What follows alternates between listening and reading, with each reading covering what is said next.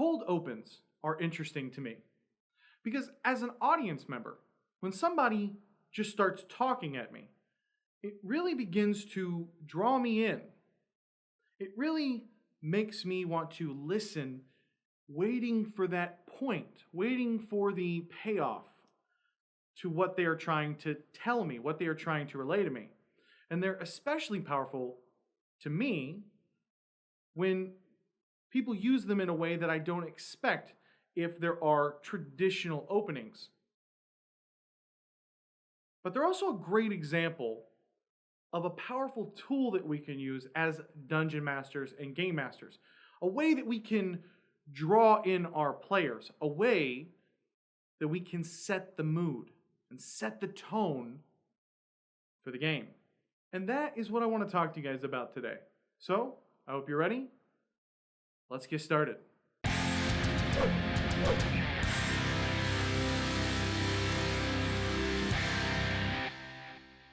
Okay, adventure. So I'm not going to speak that way the whole time, but I wanted to make a point with you guys that the way that we talk, the way that we present ourselves as dungeon masters and game masters has a big impact on our players, far more than most of us probably realize.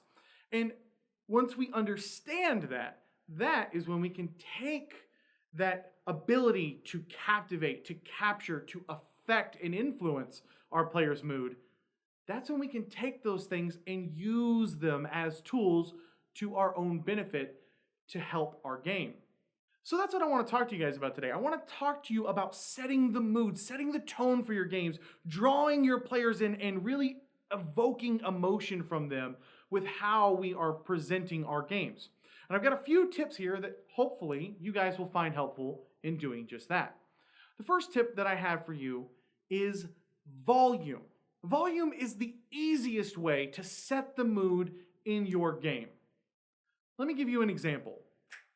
When we start to talk in a way that brings the volume down, naturally you will begin to draw closer and closer to the source that is speaking. It is also a great way to suddenly burst in with a large amount of energy and really relay that something impactful has just happened and create a sense of urgency. So by mastering volume and mastering those little subtle things, that is a good way to help put your players in the right frame of mind. So it's a lot different if, as a dungeon master, I just say, the door creaks open. Okay, that's not really exciting. But if I say, the door begins to creak open, you can tell that the sense of, oh goodness, what is going on? Why is the door creaking open? There's a lot more there. It has a much bigger impact on your players' emotions in setting the tone and setting the mood for the scene.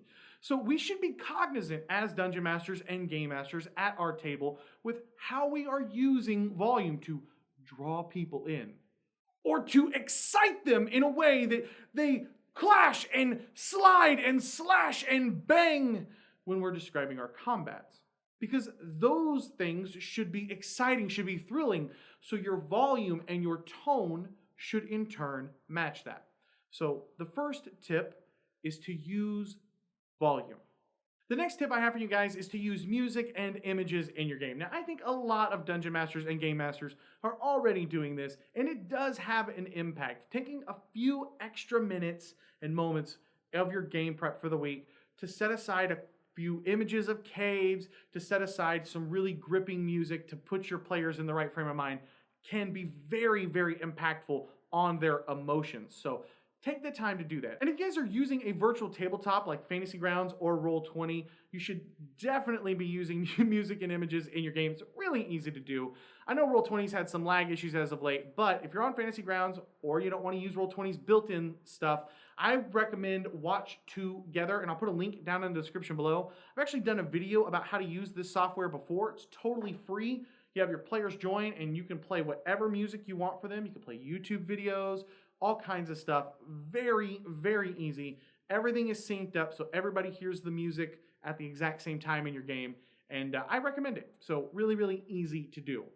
The third tip that I have for you guys is to really make your NPCs relay emotion to the players. I know it can be easy sometimes for us as dungeon masters and game masters to try to just get an NPC to relay an adventure and relay a quest to the PC so that you can get on with the adventure for the evening. But don't forget to evoke emotion. If you have an NPC female that is coming to the players because her husband's missing, her child's missing, whatever, that should be incredibly emotional for her. And you should take the opportunity at that point to really evoke that emotion over to the PCs to make them care. That will help set the mood for the evening. There's a big difference in your game from talking about an NPC crying versus having an NPC break down on the PCs. Please, you've got to help me. I can't. When you start evoking emotion like that, it may seem a little silly, I get it, but I'm telling you, that will go a long way to setting the tone and setting the mood for your game versus just having a dungeon master say, she's crying to you guys, pleading with you to go help find her husband. If you want your players to stop being murder hobos, make them care by setting the mood and setting the tone in their game. That will help evoke that emotion and it will enrich your game. Finally, the last tip I have for you is very similar to the first tip with volume, and that is to use silence.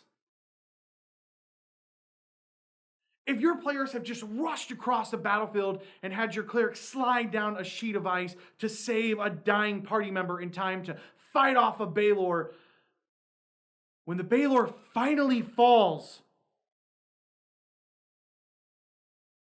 give your players a moment to take it in. That will evoke emotion with your players. That will really help set the mood and set the tone for your games, which in turn, I think, will make for a much more memorable experience.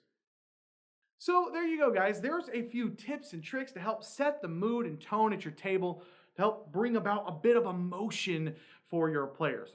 So what do you guys think? Do you have other tips that I missed? I'd love to hear them. I'd love to read the comments down below. Love to steal that stuff from you guys. And don't forget to check out the comments because other people will be leaving you their badass tips that they've been using to help set the mood in their games. If this is your first time here and you love role-playing games as much as I do, I'd love to have you subscribe.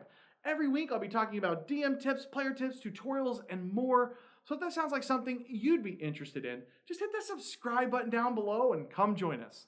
Thank you guys so much for watching. My name is Cody, and may your games be filled with awesome memories and even better friends. I'll catch you guys next time.